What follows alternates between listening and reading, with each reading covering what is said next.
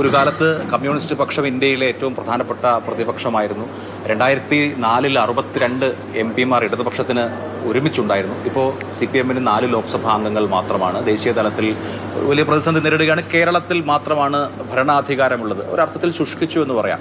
അപ്പോൾ അങ്ങനെ ഒരു തകർച്ചയെ അല്ലെങ്കിൽ ഒരു ശിഥിലീകരണത്തെ നേരിടുന്ന ഘട്ടത്തിലാണ് പാർട്ടിയുടെ അമരത്തേക്ക് എത്തുന്നത് എന്നുള്ളത് കുറച്ചുകൂടി സംഭ്രമിപ്പിക്കുന്നുണ്ടോ? പാർട്ടി ശുഷ്കിച്ചു എന്ന നിരീക്ഷണത്തോട് ഞാൻ യോജിക്കുന്നില്ല. പാർട്ടി ഒരു ശിഥിലീകരണത്തിലൂടെ കടന്നു പോകുന്നുവെന്നും എൻ്റെ മാന്യ സുഹൃത്ത് ചോദ്യത്തിൽ ഉൾക്കൊള്ളിച്ചു. അതിനോട് ഞാൻ യോജിക്കുന്നില്ല. പാർട്ടിയുടെ സ്വാധീനത്തിൽ ഇടിവ് സംഭവിച്ചിട്ടുണ്ട്. അങ്ങനെയുള്ള വസ്തുതകളൊന്നും മറച്ചു വെക്കുന്നവരല്ല ഞങ്ങൾ. ഇപ്പോൾ ബംഗാൾ നിയമസഭയിൽ ഞങ്ങൾക്ക് ഒരു പ്രതിനിധി പോലും ഇല്ല CPM-ന്. അതൊരു യാഥാർത്ഥ്യമാണ്. അതെന്തുകൊണ്ടുണ്ടായി? ഇതെല്ലാം പരിശോധിക്കലാണ് ഞങ്ങൾ ഈ പാർട്ടി കോൺഗ്രസിലും സമ്മേളനങ്ങളിലും. ബംഗാൾ സംസ്ഥാന സമ്മേളനത്തിൽ ഞാൻ പോയിരുന്നു. അവിടെയൊക്കെ നടക്കുന്ന ചർച്ചകൾ എങ്ങനെ ഈ ജനങ്ങളുമായൊരു ബന്ധവിച്ഛേദം ഒരു പരിധിവരെ ഉണ്ടായി. ബന്ധവിച്ഛേദം ഉണ്ടായെന്നല്ല, ഒരു പരിധിവരെ ബന്ധവിച്ഛേദം ഉണ്ടായി. അല്ലെങ്കിൽ ജനങ്ങൾ എന്തുകൊണ്ട് ബന്ധവിച്ഛേദം എന്നൊക്കെ പറഞ്ഞ വാക്ക് ഉപയോഗിച്ച് കഴിഞ്ഞപ്പോൾ എനിക്കൊരു കുറ്റം വന്നതുകൊണ്ടാണ്. ജനങ്ങൾക്ക് ചേർത്ത് പിടിക്കാൻ കഴിയാതെ പോയി. ജനങ്ങൾക്ക് അവരുടെ പാർട്ടിയാണ് CPIM എന്ന നിലയിൽ 60% വരെ വോട്ട് കിട്ടുന്ന സ്ഥിതി. അതൊരു പാഠമായി ഇപ്പോൾ ഉൾക്കൊള്ളുന്നുണ്ടോ? അത് ഞങ്ങൾ ഉൾക്കൊള്ളുന്നുണ്ട്. ഞങ്ങളിപ്പോൾ ഇവിടെ ഞങ്ങൾ തുറന്ന് പറയുകയാണ്, ഈ ഇന്ത്യയിലെ മഹാഭൂരിപക്ഷം ജനങ്ങൾ നഗരങ്ങളിലും ഗ്രാമങ്ങളിലും ജീവിക്കുന്ന നിർധനരാണ്. അവരെ പലരെയും BJP-ക്കും മറ്റു പാർട്ടികൾക്കും പ്രാദേശിക പാർട്ടികൾക്കും ആട്ടിത്തെളിച്ചുകൊണ്ട് പോകാൻ കഴിയുന്നു. അവരെ ആട്ടിത്തെളിച്ചുകൊണ്ട് പോകുന്നവരുടെ സാമർഥ്യമല്ല. ഈ ജനവിഭാഗങ്ങളിലെ നിന്ദിതരും പീഡിതരും അശരണരുമായ ഈ ജനങ്ങൾക്ക് അവരെ അണിനിരക്കേണ്ട പാർട്ടി ചെങ്കൊടി പ്രസ്ഥാനമാണ് എന്ന് ബോധ്യപ്പെടുത്തി കൊടുക്കുന്നതിൽ ഞാൻ പരാജയപ്പെടുന്നത് കൊണ്ടാണ് അവരിങ്ങനെ പോകുന്നത്. അല്ല, ഈ ബന്ധവിച്ഛേദത്തിന്റെ കാര്യം പറയുമ്പോൾ ബംഗാളിലും ത്രിപുരയിലും പാർട്ടി ഭരണപക്ഷമായിരുന്നു. ആ ഭരണപക്ഷമാണ് പിന്നീട് ഒരു പ്രതിസന്ധിയെയും തകർച്ചയെയും അഭിമുഖീകരിച്ചത്. അതിൽ നിന്ന് കേരളത്തിനൊരു പാഠമില്ലേ? ഇവിടെ ആ ബന്ധവിച്ഛേദം ഉണ്ടാകാതിരിക്കാനുള്ള പ്രിക്കോഷൻസ് എടുത്തിട്ടുണ്ടോ എന്ന് ജനറൽ സെക്രട്ടറി ആലോചിക്കുന്നുണ്ടോ? ഇവിടെ കേരളത്തെ സംബന്ധിച്ചിടത്തോളം കേരളത്തിൻ്റെ ഏറ്റവും വലിയ പ്രത്യേകത, ഇന്ത്യയിലെ ഒരേ പാർട്ടിയാണ് ഇന്ത്യൻ കമ്മ്യൂണിസ്റ്റ് മാർക്സിസ്റ്റ് പാർട്ടി. പക്ഷേ ഇന്ത്യ ഒരുപാട് ഭാഷാ സാംസ്കാരിക ദേശീയതകളുടെ ഒരു കൂട്ടായ്മയാണ്.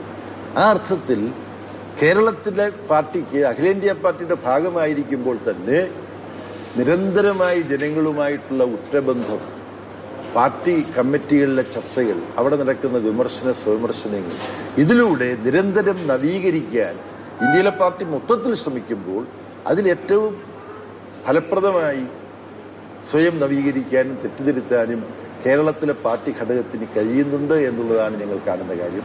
അതിൻ്റെ അർത്ഥം തെറ്റിദ്ധരുത്തലും സ്വയം നവീകരിക്കലും കേരളത്തിൽ 100% നടക്കുന്നുണ്ടെന്നല്ല. അവിടെ കുറവുകൾ ഇപ്പോഴുമുണ്ട്. പക്ഷേ ഇന്ത്യയിലെ സംസ്ഥാന ഘടകങ്ങളിൽ ഏറ്റവും മികച്ച തരത്തിൽ ഇത്തരത്തിൽ പ്രവർത്തിക്കുന്നത് കേരളത്തിലെ ഘടകമാണ്. കേരളത്തിൽ പാർട്ടിയും ജനങ്ങളും തമ്മിൽ അങ്ങനെ ഒരു അകൽച്ച ഉണ്ടായിട്ടില്ല. അധികാരത്തിൽ ഇരിക്കുക എന്ന് പറയുന്നത് ഒരർത്ഥത്തിൽ കുറച്ച് പ്രയാസകരമായ കാര്യവുമാണ്. കാരണം ജനങ്ങൾ അധികാരത്തിലിരിക്കുന്ന പാർട്ടിയെ അഭിമുഖീകരിക്കുന്നത് പല തലങ്ങളിലാണ് എന്നുള്ളതുകൊണ്ട്. അപ്പോൾ ഒരു അധികാരത്തിലിരിക്കുന്ന ഭരണ പാർട്ടി എന്നുള്ള നിലയിൽ കേരളത്തിലെ CPM-നെ വിലയിരുത്തുമ്പോൾ ജനങ്ങളുമായുള്ള ബന്ധം അറ്റുപോകാതിരിക്കാൻ പാർട്ടി നന്നായി പരിശ്രമിക്കുന്നുണ്ട്, സർക്കാർ നന്നായി പരിശ്രമിക്കുന്നുണ്ട് എന്ന് തന്നെയാണോ? അതോ അക്കാര്യത്തിൽ എന്തെങ്കിലും ഒരു മാറ്റം ആവശ്യമുണ്ടോ? കേരളത്തിലെ പാർട്ടിയും കേരളത്തിലെ CPIM നയിക്കുന്ന ഇടതുപക്ഷ ജനാധിപത്യ മുന്നണി ഗവൺമെൻറ്റും ജനങ്ങളുമായി ഉറ്റബന്ധം സ്ഥാപിച്ചുകൊണ്ടാണ് പ്രവർത്തിക്കുന്നത്. അതിൽ ശ്രദ്ധിക്കേണ്ട ഒരു കാര്യം, കേരളത്തിലെ പാർട്ടിയും മുന്നണിയും കേരളത്തിൽ ഭരണം നടത്തുമ്പോൾ തന്നെ സമരത്തിലും ഏർപ്പെടുന്ന പാർട്ടിയും പ്രസ്ഥാനവുമാണ്. മുഖ്യമന്ത്രി ഉൾപ്പെടെയുള്ള എല്ലാ മന്ത്രിമാരും കേരളത്തിലെ ഇടതുപക്ഷ ജനാധിപത്യ മുന്നണിയിലെ ജനപ്രതിനിധികളും ഡൽഹിയിൽ പോയി സമരം നടത്തി.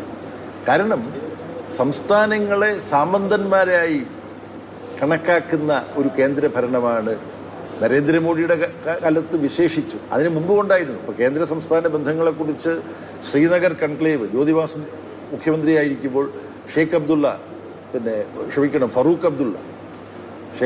മകൻ ഫറൂഖ് അബ്ദുള്ള, അന്ന് ധനകാര്യമന്ത്രി ലോകമറിയപ്പെടുന്ന സാമ്പത്തിക ശാസ്ത്രജ്ഞനായ ഡോക്ടർ അശോക് മിത്രയാണ് ബംഗാളിലെ ധനകാര്യമന്ത്രി. അപ്പോൾ ശ്രീനഗർ കൺക്ലേവ് മുതൽ കേന്ദ്ര സംസ്ഥാന ബന്ധങ്ങളും കേന്ദ്ര സംസ്ഥാന ധനകാര്യ ബന്ധങ്ങളും പൊളിച്ചെഴുതണം എന്ന് പറഞ്ഞുകൊണ്ട് ആരംഭിച്ചിട്ടുള്ള പ്രസ്ഥാനമുണ്ട് കോൺഗ്രസ് ഭരണകാലത്ത്. കോൺഗ്രസിൻ്റെ കാലത്ത് നടന്ന അനീതികൾ ഗുരുതരമാണെങ്കിൽ ഇപ്പം നരേന്ദ്രമോദിയുടെ കാലത്ത് അത് 10 മടങ്ങ് വർദ്ധിച്ചിരിക്കുകയാണ്. സംസ്ഥാനങ്ങൾക്ക് നൽകേണ്ട കേന്ദ്രം നൽകുമെന്ന് ഉറപ്പ് നൽകിയിട്ടുള്ള ഫണ്ട്, ഉദാഹരണത്തിന് നമ്മളിപ്പം മധുരയിൽ ഇരുന്നിട്ടാണ് ചർച്ച ചെയ്യുന്നത്. തമിഴ്നാട്ടിൽ സമഗ്ര ശിക്ഷാ അഭിയാൻ നടപ്പാക്കാൻ വേണ്ടി കിട്ടേണ്ടിയിരുന്ന 2000 കോടിയിൽ ചെല്ലുവാനും കേന്ദ്രം മുന്നോട്ട് വെക്കുന്ന ജനാധിപത്യ വിരുദ്ധവും സ്വേച്ഛാധിപത്യപരവുമായിട്ടുള്ള നിർദ്ദേശങ്ങൾ ഇത് കേന്ദ്ര പദ്ധതിയായിട്ട് മാത്രം പ്രഖ്യാപിക്കണം. കേന്ദ്രവും സംസ്ഥാനവും കൂടെ ചേർന്ന് നടപ്പാക്കുന്ന പദ്ധതിയാണ്. വിദ്യാഭ്യാസം കൺകറന്റ് ലിസ്റ്റിലാണ്. അടിയന്തരാവസ്ഥക്കാലത്ത് ഇന്ദിരാഗാന്ധി ഗവൺമെൻറ് വിദ്യാഭ്യാസത്തെ സംസ്ഥാന ലിസ്റ്റിൽ നിന്നെടുത്ത് കൺകറന്റ് ലിസ്റ്റാക്കിയതാണ്. അതൊരു വിദ്യാഭ്യാസം കൺകറന്റ് ലിസ്റ്റ് ആയത് തന്നെ ഒരു അടിയന്തരാവസ്ഥ കാലത്തെ അതിക്രമമാണ്. ഈ പശ്ചാത്തലമെല്ലാം ഉണ്ട്.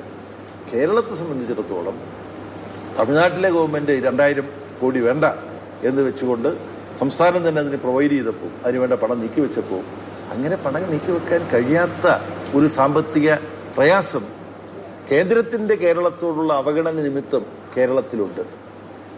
അപ്പോൾ ഇത്തരം പ്രശ്നങ്ങൾ ജനങ്ങളെ അറിയിച്ചുകൊണ്ട് സംസ്ഥാന ഗവൺമെന്റിന്റെ ക്ഷേമ പദ്ധതികൾ നടപ്പാക്കാൻ കേരളം ശ്രമിക്കുമ്പോൾ തന്നെ കേന്ദ്രത്തിന്റെ അവഗണനയ്ക്കെതിരായിട്ടുള്ള പോരാട്ടത്തിന്റെ ഒരു സമരമുഖം കൂടി കേരളത്തിലെ ഗവൺമെന്റ് തുറക്കുന്നു എന്നതുകൊണ്ടാണ് ജനങ്ങളുമായിട്ട് ഉള്ള അകൽച്ച ഒഴിവാക്കാനും ജനങ്ങളെ കാര്യങ്ങൾ ധരിപ്പിച്ച് ജനങ്ങളെ ഗവൺമെന്റിനൊപ്പം നിർത്താനും പിണറായി വിജയൻ ഗവൺമെന്റ്